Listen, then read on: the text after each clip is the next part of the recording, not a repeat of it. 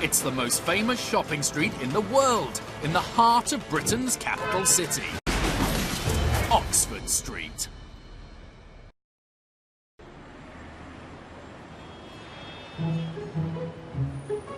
With 5 million people visiting the West End every week, Oxford Street is constantly battling against an onslaught of rubbish.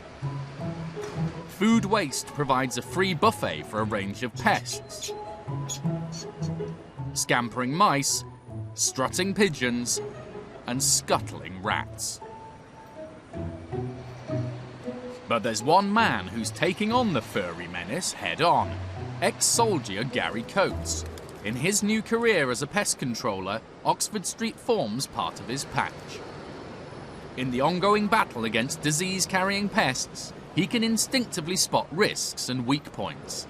Bags of rubbish, here, there and everywhere as you're walking around. It's just asking for rats, mice to eat them, even foxes.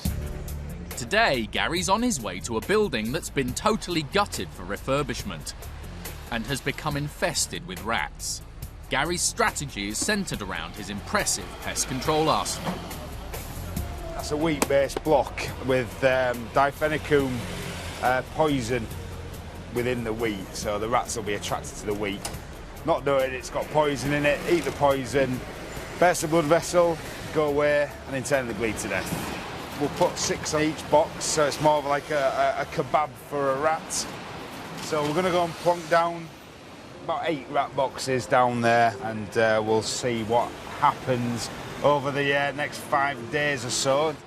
Gary's aim is to never see a dead rat. The lethal poison doesn't have an instant effect, so the rats expire away from the site. Whoa! Why are you so low? Taking the rat man downstairs. If they take the poisoned bait, they'll leave teeth marks, so he'll know it's worked. Gary is led down to the affected area. Once in the basement, the cause of the problem soon becomes clear. There's open drains, so the rats are in, as we know, in all the sewers around London, there's teeming with rats. So they're just coming out and spending quite a bit of time in here. Rats can produce up to 40 droppings a night, and they seem to be doing their best to turn the entire basement into a rodent toilet. Here we go. You can see all the rat poo. All this stuff's rat poo. And there's rat poo everywhere, all on the floor. That is massively fresh rat poo.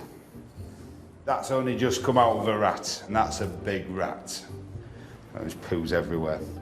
We can see how much rat activity there is.